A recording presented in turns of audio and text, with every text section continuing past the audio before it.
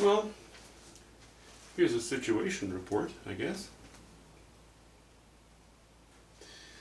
So I kept looking up top, this band here, and on its own, in itself, it was good. It was interesting. I liked it.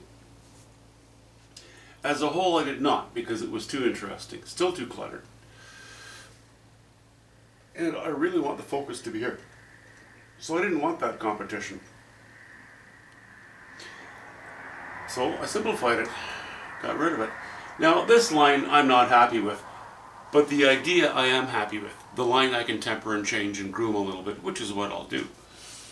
But just the idea of looking up this bank and all you see are a forested area behind there, and you only see the treetops really, you know? So gone is that sort of West Coast rainforest feel.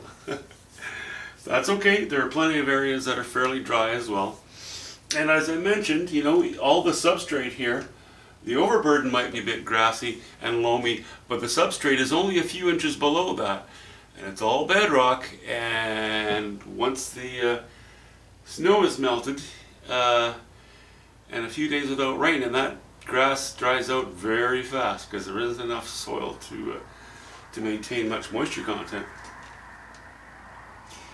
And we cut this one down. I just didn't like that shooting off over here. I mean, creating this little square or this little rectangle, you know, almost two of them. Nah.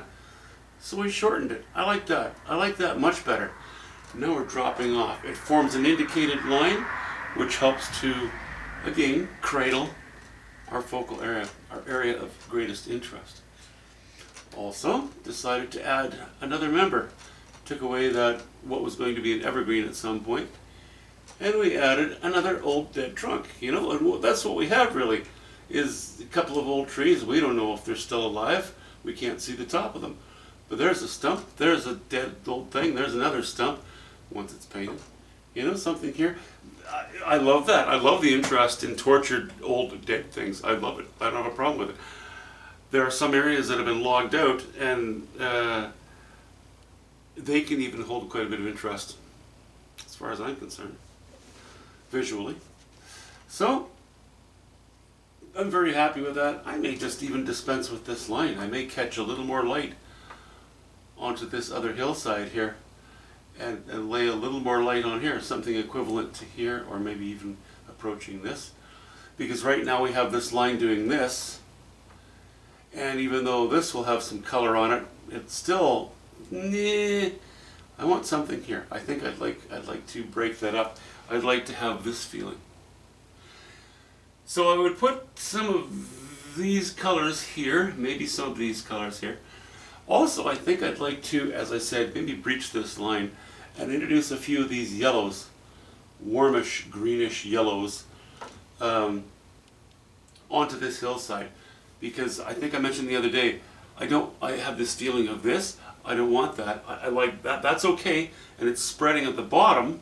I want it to spread here too. So I've already lightened up the rock and simplified a few things. I've actually added and taken away a few lines. Now we could strengthen that even more by adding some of these colors into here, bringing the value up a little bit. Not the chroma too much, just the value. I think that'll work. Hey, you know, and then we cut into this sort of distant bush area, treetops, with a bit of design. Not too much again. I don't want to get back to that whole thing of this being too interesting. It's a great compliment. It's supportive for this. Let's leave it at that. I may even get rid of a few of these lines on these trees. Not too much. I'm very happy with them. I'd be happier with them if they were in the right place. They are in the right place, but it's not, you know, it's not... For this painting,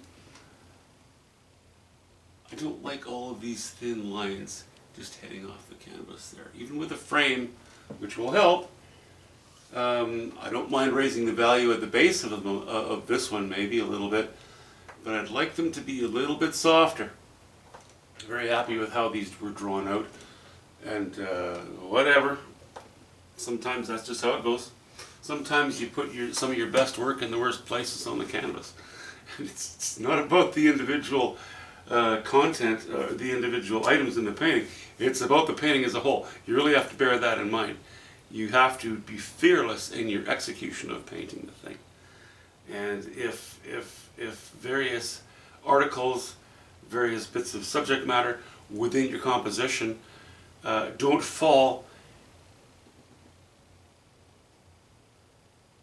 in an area that helps to serve the painting as a whole, dump them, get rid of them, or make them less important, which is what I'm going to have to do with this a little bit. Anyway, the painting's still got quite a ways to go.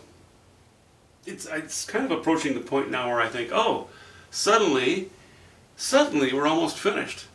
And in fact, you know, if you gauge it by manual labor, there's very little left to do on it. The whole thing is painted, really, except for this, and these crevasses here. Crevasses or crevices or whatever you want to call them. And that really shouldn't take very long to do at all. But this week I've been sort of distracted by a number of things. And I think tomorrow will be another day, actually, regarding getting snow tires on a vehicle. And I was going to do that the other day. It never happened. Brakes on the truck, tires on the car. My daughter's car's got issues. Blah, blah, blah, blah. It's life, and I love it. But it does chip away at my time on this. So,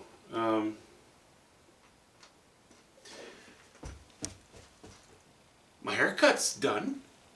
I mean, okay, I'm going to need my wife to help me with the last vestiges of work on it. But, you know, it's mostly finished.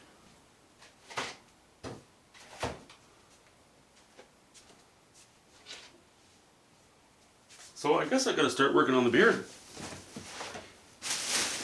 As I said, over the next month I'll trim my beard. Or I'll cut my beard off. Right now, I'll just shave my mustache.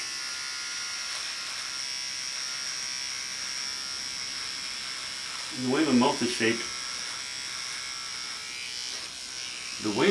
shaped, I don't like those prickly little mustache hairs digging back into my upper lip. I guess I have a bit of an underbite. Okay. I'm not going to kill you with boredom.